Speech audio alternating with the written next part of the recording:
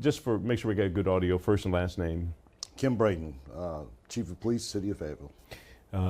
This is an important announcement that you want to make. What you want to announce? Well, I'd like to start by saying, I've taken immense pride in my career as a police officer here at the City of Fayetteville. I was hired in March of 1996, and I've worked my way through the ranks to become eventually the Chief of Police. Some of my most memorable and fulfilling moments of my life have occurred wearing this uniform. The Fayetteville Police Department has become my family. They've been there with me and for me through the tough times, the good times, and all the times in between. For 29 years, I've stood on that blue line in the face of danger with the men and women of the Fayetteville Police Department. I've worked with some of the most professional people in the law enforcement community here at the City of Fayetteville. I literally have shed blood, sweat, and tears on the streets here in Fayetteville. Being a Fayetteville police officer has to be probably one of my proudest accomplishments as Kemberle Braden. My service hasn't come without sacrifice, to my family, to my personal goals. I think leadership, if done right, it takes its toll on you, emotionally, physically, mentally.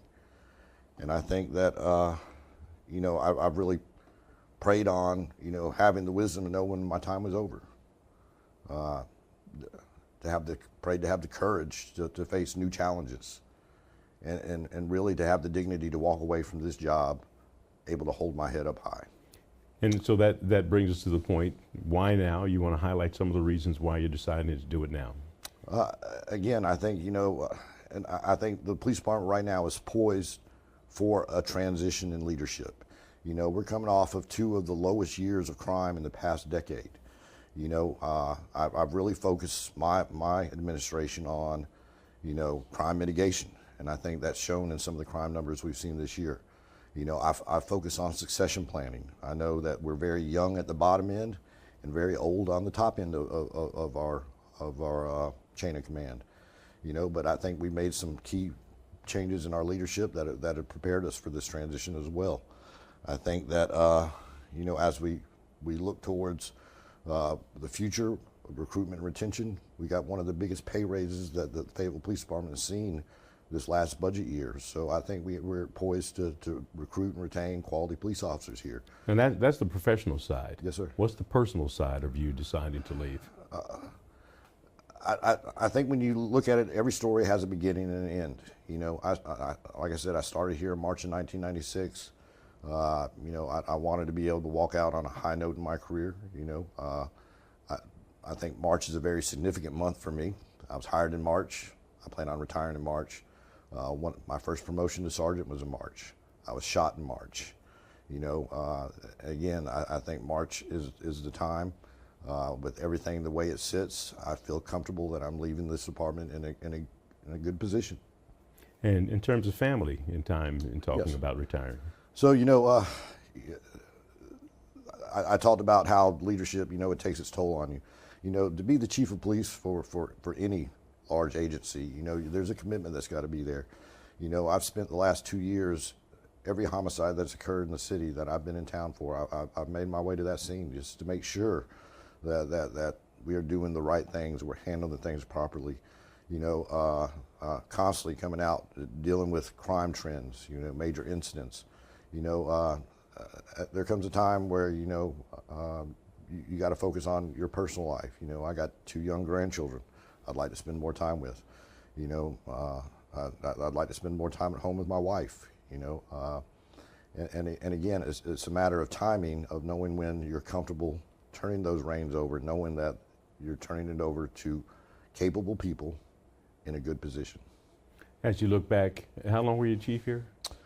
In March it'll be 2 years. Yeah. And I've known you for some time. It seems like longer than that because we bumped into Yes. each other throughout the course of your career. Well, in total, my career has been 29 years of service. With a little bit of sick time that I have saved up, I've been eligible to retire since the beginning of this year. Again, there's things that I did want to accomplish, as far as pay plans, as far as, mitigation of crime and turning in some solid 2 years of solid crime numbers showing that we've had and made an impact on crime within the city of Fayetteville. Sounds like those are some of the high points in your career and your tenure here. What's a low point? What if you had to change something, what would you have changed? Well, going back and talking about, I wouldn't change a single moment. I think one of the questions that was asked me when I was selected to become the chief of police was, what was one of my proudest moments? The day I came back to work after being shot. It's funny how a low moment can be a high moment for you all at the same time. It shows that without adversity, the triumphs aren't as great. So, again, if we're just talking from a standpoint of things that I wish I could have had a greater impact on some of the staffing, but we have a plan to address staffing and recruiting, but it's not an overnight fix for that. But again, leaving a plan in place for some capable leadership that will remain here, I think is leaving it in a good place. You talked about being shot. For folks who aren't familiar with that incident, take me back. When did that happen? What were circumstances? And well, March 20th, 2002. As I spent a bulk majority of my career in operations. I was on our SWAT team for nearly 22 years, and I was serving a search warrant in Bonnie Doon on March 20th, at which time we took gunfire as we entered the residence, and there was that exchange of gunfire where myself and the suspect were shot. That would have been enough for most people to retire, but you came back. Yes, and again, I tell the story the same story I told. When I was in the hospital, I was truly questioning, whether I could come back, and I tell that story, a conversation I have with my dad. He's like, right now is not the time to make that decision.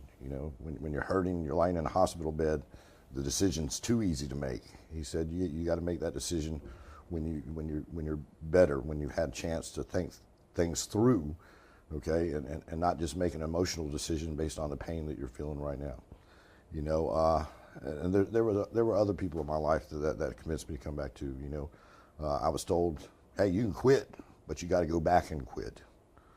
Okay, to me that was a very poignant statement. It's easy to quit from home, but to go back and get back in to see your friends, your buddies, to do the work that you loved and you enjoyed, it makes that decision harder to quit at that point. It's easy to quit at home. It's easy to quit in a hospital bed. I heard a quote one time that, and I'm big on quotes. People say things and they just stick in my head. You can either quit or you can continue on. Both are hard, so make your choice wisely. And there's a difference between quitting and retirement. That's why I chose now. Chatting, I think we're in a good place. I don't think there's a lot of adversity that I'm leaving behind. I've solved as many problems and made changes in as many things as I've been able to. And again, I feel like I'm leaving us in the city of Fayetteville and the Fayetteville Police Department in a good place. Lastly here, what does your wife think about this decision? She still doesn't believe it. She'll believe it the day that I guess I have my ceremony and they hand me my retirement credentials. She's constantly looked at me and said, are you good with this? Are you really going to do it? And again, I think sometimes you have to make conscious decisions about your future. You can't just let it happen by chance. And I think now's the right time. Muhammad Ali retired 3 times. He came back, so there's always that. Well, and again, I will continue to work. It'll just be in a different role, in different position, somewhere different. So I'm young, and I have that opportunity. How old are you? I'll be 51 in January. I'll slow down, let you catch me here soon, okay? I got my 51 in January. Yes, sir. And Gina Hawkins did it. Harold did it. Everybody, continues with the knowledge that you have to either be a consultant type person to talk about this and how you can do community policing. How can you make the relationship between the police department and communities by all better? means, I have relationships out there. I'm sure that after today there'll be plenty of text messages and phone calls made to me. I'm not moving away from Fayetteville. I do plan on staying locally, and I'm here and willing to help to whatever degree they want me to help, consult or assist in this transition. For the community partners, like I said, those relationships don't go away just because I'm no longer the chief of police. I plan on being active in some of the roles that I've assumed over the past couple of years, and continue some of that work that needs to be done out here in the city of Fayetteville. City manager is the one who is your boss. Yes, sir. And so the selection process will begin. Will you have a hand in that? I will play whatever role he sees fit for me to play. I think that, yes, I think each police chief, they bring their own vision, their own perspective. It's tough to have, the old chief in your ear, but again, to whatever role or extent I can help, I'm willing to do that. Last time they chose from within. Is that a good thing, or is it best to go nationwide and find somebody else? I think you open it up to everybody. You keep your options open. I think you want the best candidate to lead the Fayetteville Police Department. Are there candidates that should be considered internally? By all means. I think everyone deserves their chance to lead if they have that desire to do so. But I also think that you have to keep your options open and see what potential candidates are out there that would be a good fit for the city of Fayetteville. I can tell you this, for me, being an internal candidate and coming in as the chief of police, I knew how the system worked. I wasn't some outsider coming in. I didn't have to build relationships and get to know my command staff, get to know the community. A lot of those relationships pre-existed prior to me becoming chief, which made my transition a lot easier. Not saying it can't be done. Harold Medlock did a great job of coming in and building community relationships. To this day, people, when I'm out and about, tell me, hey, how's Harold Medlock doing? And we look, so it can be done. But again, I think you have to weigh whatever options are out there and make the best decision, for what the police department needs in its future leadership. Anything else you want to add? Nope, just that, I think at the end of the day, again, I'm thankful for the opportunity to serve as the chief of police. I'm thankful for the men and women of the Fayetteville Police Department. I'm thankful for the community, and I'm thankful for Mr. Hewitt giving me this opportunity. And Chief, I'm thankful for our Yes, friendship. Sir. Really, I've worked with all these police chiefs. Yes, sir. Throughout the course of my 43 years of being here in Fayetteville. And you've been very personal. You've been available Yes, on sir. the scene, on the spare of the moment. And that is a testament to who you are in your leadership. So thank you. Thank you, Gilbert. All right. Everybody good? You need to get a 2-shot, 3-shot, 4-shot?